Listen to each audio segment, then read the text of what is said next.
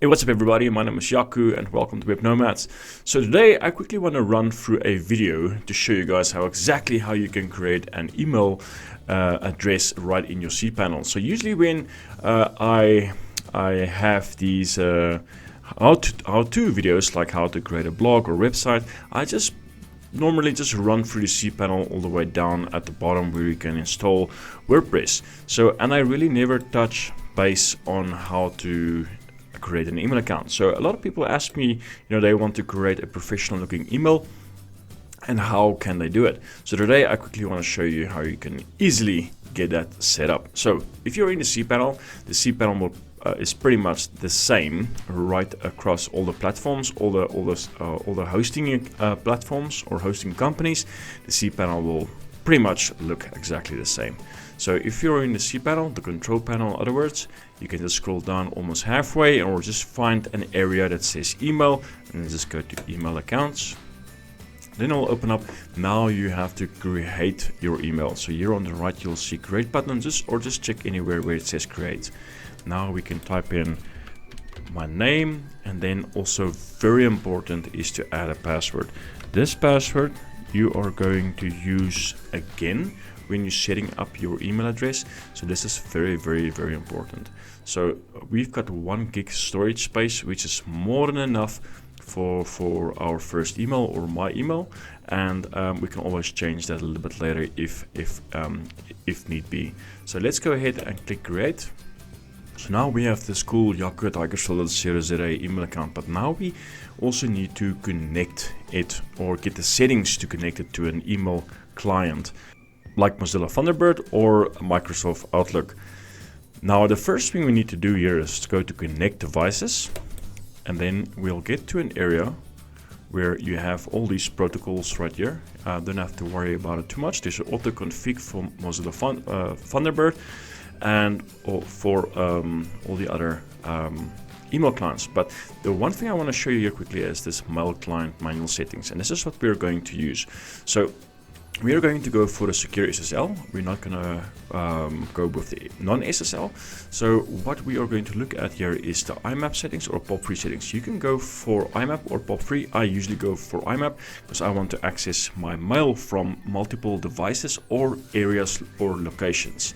So that's kind of the difference between the two.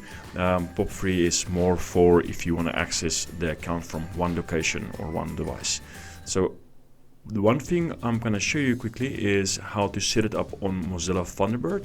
And if you open up this window here, or if you open up Mozilla, it will and go to the settings, you will go to accounts and then quickly click on email. Now it asks you for your name and say Jaco.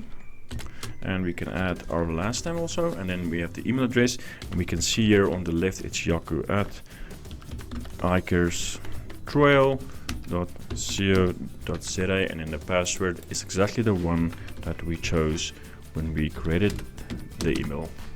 So now we can just go ahead and say manual config, and now it opens up this window here. So now it says the incoming mail. Incoming mail is hikers. This one here is Hikers Trail. So we have to just add the mail here, exactly like over here, mail, and then we have to go to the outgoing and also add mail. Very, very important. Otherwise, it's not going to work.